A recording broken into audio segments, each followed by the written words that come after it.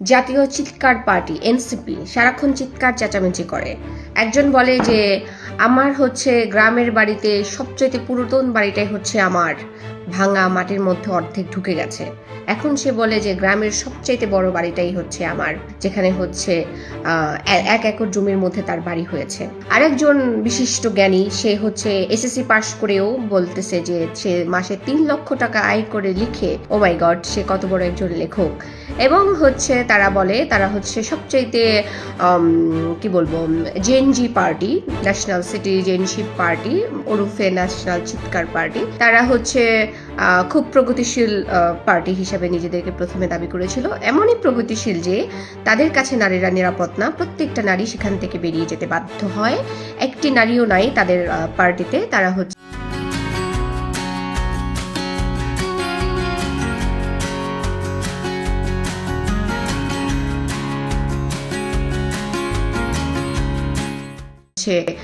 নারীহীন একটি দল, যেই দলে আমি যাই না তারা নারীদেরকে ছাড়া কিভাবে কি করবে, মানে তাদের দৃষ্টিতে বা তাদের সমাজে তাদের দেশে কোনো নারী অবস্থান করবে না, আমরা সেটা বুঝতে পারছি। আরেকজন শিশির মনির, ব্যারিস্টার নাকি লয়ার জানি না, সে বলছে যে তাকে বিদেশ থেকে ইংরেজিতে ফোন করে কথা বলে 100 মেয়ে তার জন্য বাংলাদেশে আসতে চায়, প্রয়োজনে হোটেল না পাইলে তাঁবু টানায়া থেকে তার জন্য